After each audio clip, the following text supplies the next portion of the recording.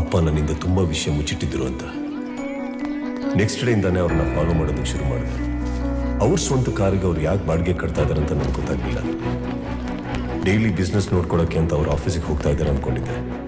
ಇಲ್ಲ, ಲಕ್ಷಾಂತರ ರೂಪಾಯಿ ಸಂಪಾದನೆ ಮಾಡ್ತಾ ಇದ್ದವರು 100-200ಕ್ಕೆಲ್ಲ ಯಾಕೆ ಕೈ ಚಾಚ್ತಾ ಇದ್ದಾರೆ? AC ರೂಮ್ನಲ್ಲಿ ಇದ್ದವರು ಅಡುಗೆ ಮನೆಯಲ್ಲಿ ಬೆಂಕಿಯಲ್ಲಿ ಯಾಕೆ ಕೆಲಸ ಮಾಡ್ತಾ ಇದ್ದಾರೆ ಅಂತ ನನಗೆ ನಿಜವಾಗ್ಲೂ ಗೊತ್ತಾಗಲಿಲ್ಲ. ಒಂದು ಕಾಲದಲ್ಲಿ ಪೊಲೀಸ್ನವರು, ಲಾಯರ್ಗಳೆಲ್ಲ ನಮ್ಮ ಅಪ್ಪ ನೋಡಿದ್ರೆ ಸಲ್ಯೂಟ್ ಮಾಡ್ತಾ ಇದ್ರು. ಆದರೆ ಅವ್ರ ಹತ್ರನೇ ಯಾಕೆ ದುಡಿತಾ ಇದ್ದಾರೆ ಅಂತ ನನಗೆ ಗೊತ್ತಾಗಲಿಲ್ಲ.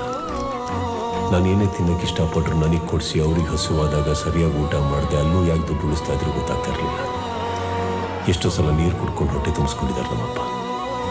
ನಮ್ಮ ಸ್ವಂತ ಮನೆಯೇ ಖಾಲಿ ಮಾಡ್ಸಕ್ಕೆ ಬಂದಿರೋರನ್ನ ಹೊಡೆದು ಓಡಿಸೋದು ಬಿಟ್ಟು ಅವ್ರ ಕಾಲಿಗೆ ಯಾಕೆ ಬಿದ್ದು ಬೇಡ್ಕೋತಾ ಇದ್ದಾರೆ ಅಂತ ನನಗೆ ಗೊತ್ತಾಗಲಿಲ್ಲ.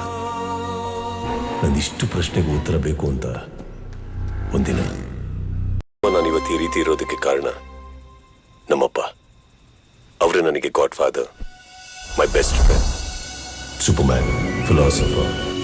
ನಿನಗಾಗಿ ಮಾಡಿದೆ ಸುಳ್ಳಾದ ಜಗವನ್ನು, ನಾನು ನೀನಷ್ಟೇ ನಿಜವಾದೆವು.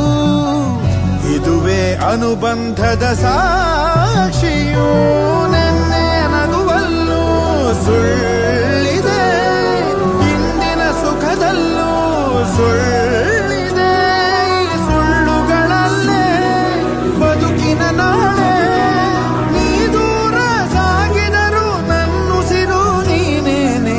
ಪರಪಂಚ ನೀನೇ, ನನ್ನ ಪರಪಂಚ ನೀ